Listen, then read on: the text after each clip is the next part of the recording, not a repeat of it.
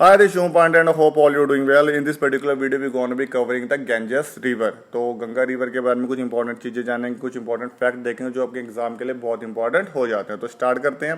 The Ganges और the Ganga flows through India and the Bangladesh. तो सबसे पहले ये जानना है कि जो हमारी गंगा रिवर वो इंडिया में बहती है प्लस वो बांग्लादेश में बहती है, उसके बाद बहते वो जाके बे ऑफ बंगाल में अपने आप को एम्प्टी कर देती है, आपको खाली कर देती है। आगे देखते हैं।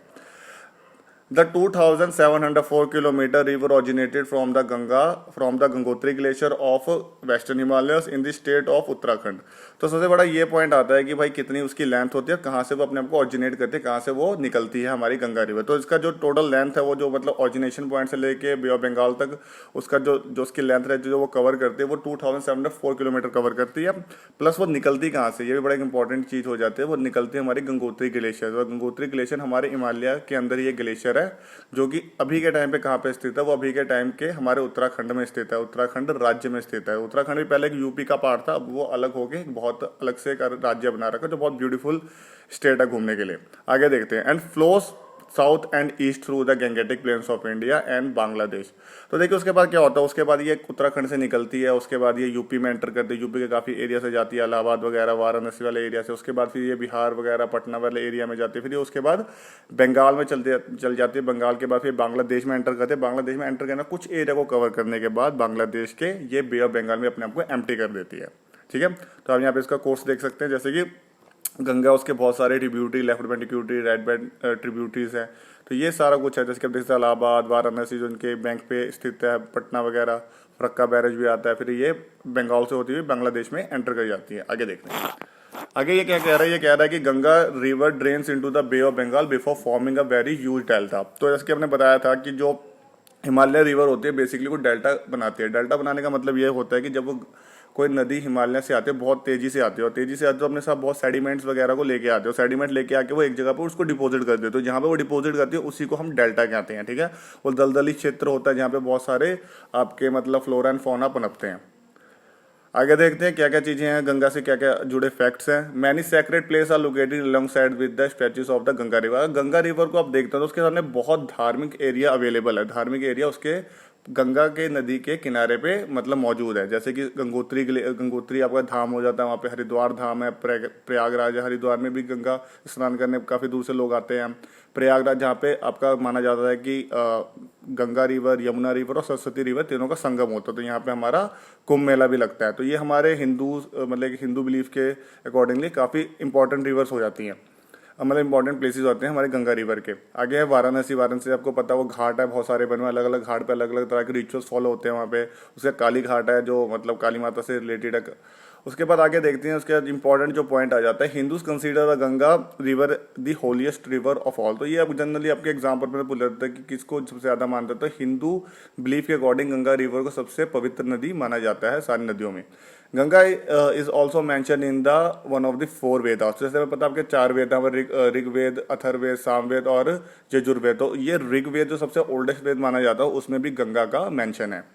आगे देखते हैं। Various reptiles and mammals find their habitat in the Ganga river. तो ये बड़ी इंपॉर्टेंट चीज होती है, ये पूछ लिया जाता है जनरली कि गंगा के अंदर कौन से मोस्टली ऐसे जानवर पाए जाते हैं। तो बहुत सारे मैमल्स और रेप्टाइल्स पाए जाते हैं, उसमें से जो मोस्टली पाए जाते हैं वो घड़ियाल्स पाए जाते हैं। जो घड़ियाल जो एक तरह से क्रोकोडाइल की प्रजाति है।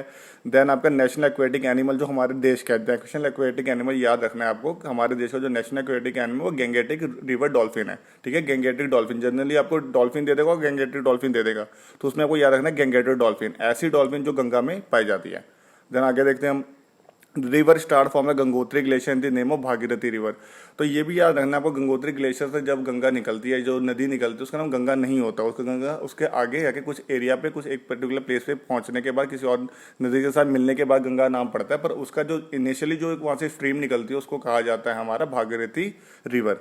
तो उसके बाद एक इंपॉर्टेंट चीज आपको ये भी याद रखनी है कि बहुत सारे प्रयागराज से कॉन्फ्लुएंसेज उसके सामने होते हैं, मतलब अलग अलग जगह पे अलग अलग रिवर उनके साथ साथ मिलती है। तो देव प्रयाग, रुद्र प्रयाग, नंद प्रयाग वगैरह ये सारे हैं। तो ये 5 प्रयाग यहाँ पर होते हैं।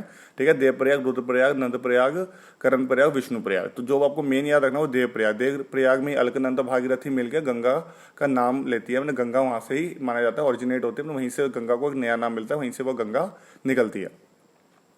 तो आगे देखते हैं हम आगे में क्या क्या चीज़ें हैं। उसके जो मेन एक इंपॉर्टेंट जो बहुत जरूरी इसमें क्वेश्चन बनता है कि what are the tributaries of a Ganga. जैसे कि मैंने पिछली वीडियो में अच्छे से इसकी टर्मिनोलॉजी के बारे में बताया था कि ट्रिब्यूटरीज क्या होती है, डिस्ट्रीब्यूटरीज क्या होती हैं, आपकी एस्चुरी वगैरह या डेल्टा वगैरह क्या होता है। तो आपको पता होगा ट्रिब्यूटरी का मतलब होता है सहायक नदियाँ। एक जो नदी है, जो मेन नदी है जैसे गंगा नदी, उसमें और कौन कौन सी छोटी छोटी नदियाँ आके मिलती हैं, तो उसको ट्रिब्यूटरी कहा जाता है। और डिस्ट्रीब्यूटरी होती है कि एक मेन नदी से जो अलग अलग स्ट्रीम्स निकल रही है उनको डिस्ट्रीब्यूटरी कहते हैं, ठीक है, असहायक नदियाँ। तो अब जैसे कि इसमें जो मेन ट्रिब्यूटरीज हैं आपको उसको भी दो पार्ट में डिवाइड किया गया है, एक जो लेफ्ट साइड से आ रही है और एक है जो राइट साइड से आ रही है। जैसे आप इसमें देख सकते हैं ये गंगा है। अब गंगा के आपके देखिए राइट साइड से यमुना आ रही है, राइट साइड से आपकी तामसा आ रही है जिसको हम तोन भी कहते हैं, फिर सोन आ रही है। तो ऐसे करके ये राइट साइड ट्रिब्यूटरीज होगी, और जो आपके लेफ्ट से आ रहे हैं घाघरा, गंडक, गोमती, तो ये लेफ्ट साइड की हो गए। तो इसको भी देख लेते हैं। तो मेजर लेफ्ट साइड ट्रिब्यूटरी है, जनरली ये पूछ लेता है, बहुत इंपॉर्टेंट है। तो इसमें सबसे पहले आपकी गोमती दिख रही होगी आपको, ये देखिए यहाँ पे गोमती।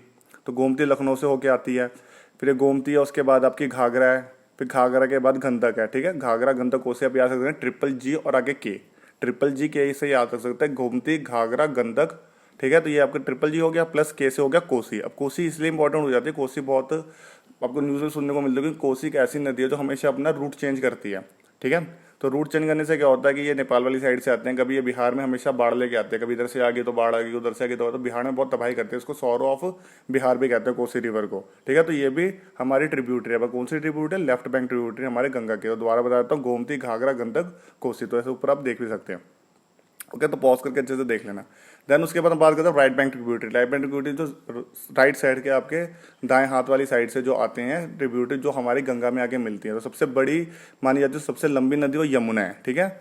और उसके बाद यमुना के बाद आपकी सोन है, सोन के बाद फिर ये आपकी एक जो यहाँ पे दिख रही है आपकी होगी तामसा। तो तामसा को तोन भी कहा जाता है, ठीक है। उसके बाद पुनपुन है, उसके बाद दामोदर है, ठीक है। तो ये आप देख सकते हैं ये सारी नदियाँ हैं इसके साथ। अब इसमें एक और चीज़ मैंने थोड़ी आपको ये बता देता हूँ, जो हमारी घाघरा नदी है वो सबसे लार्जेस्ट है। और जो हमारी जो अगर पूछा जाए कि एक गंगा रिवर की सबसे लार्जेस्ट ट्रिब्यूटरी क्या सहायक नदी कौन सी है, तो सबसे लार्जेस्ट आपकी घाघरा होती है। लार्जेस्ट और लॉन्गेस्ट में फर्क है, लॉन्गेस्ट का पूछेगा तो यमुना हो जाएगी, मतलब सबसे लंबी नदी जो सबसे ज़्यादा दूरी तय करके हमारे गंगा में मिल रही है, तो वो होगी लॉन्गेस्ट।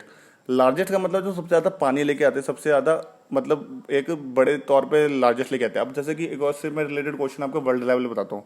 अगर वर्ल्ड की सबसे लार्जेस्ट नदी पूछी जाएगी तो वो होती है अमेजोन, जो अफ्रीका के जंगलों में मिलती है। उसके बाद अगर सबसे लंबी नदी पूछी जाएगी तो इजिप्ट की हमारी नाइल रिवर हो जाती है। तो लंबी और लार्जेस्ट में थोड़ा फर्क होता है। लंबी मतलब सबसे ज़्यादा दूरी तय कर रही है, चाहे वो नैरो भी हो सकती है, बहुत कम एरिया में भी ट्रैवल करने वाली होती है, पर लार्जेस्ट को तो बहुत बड़े एरिया में बड़े सेडिमेंट्स वगैरह लेके आ रही है। तो लार्जेस्ट को पूछेगा गंगा की ट्रिब्यूटरी तो घाघरा, और लॉन्गेस्ट पूछेगा तो यमुना, ठीक है। तो ये सारी चीज़ें होती हैं।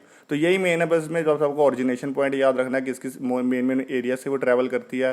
फेमस एरिया को याद रखना, इलाहाबाद, वाराणसी, पटना वगैरह, ठीक है। बाकी प्लस वो इसकी ट्रिब्यूटरी कौन सी होती है, लेफ्ट बैंक ट्रिब्यूटरी क्या है, राइट बैंक ट्रिब्यूटरी। तो इससे मोस्टली ये क्वेश्चन पूछते हैं। बाकी ये भी कोई का पूछ लिया तो उसकी टोटल लेंथ क्या है। तो वैसे तो 25 उसकी लेंथ है 2525 किलोमीटर जो हमारे इंडिया में है, लेकिन टोटल लेंथ उसकी इतनी बन जाती है। तो ये सारी चीज़ें हैं, तो ये आप याद सकते हैं, ठीक है। Thank you for your lecture, thank you for your time.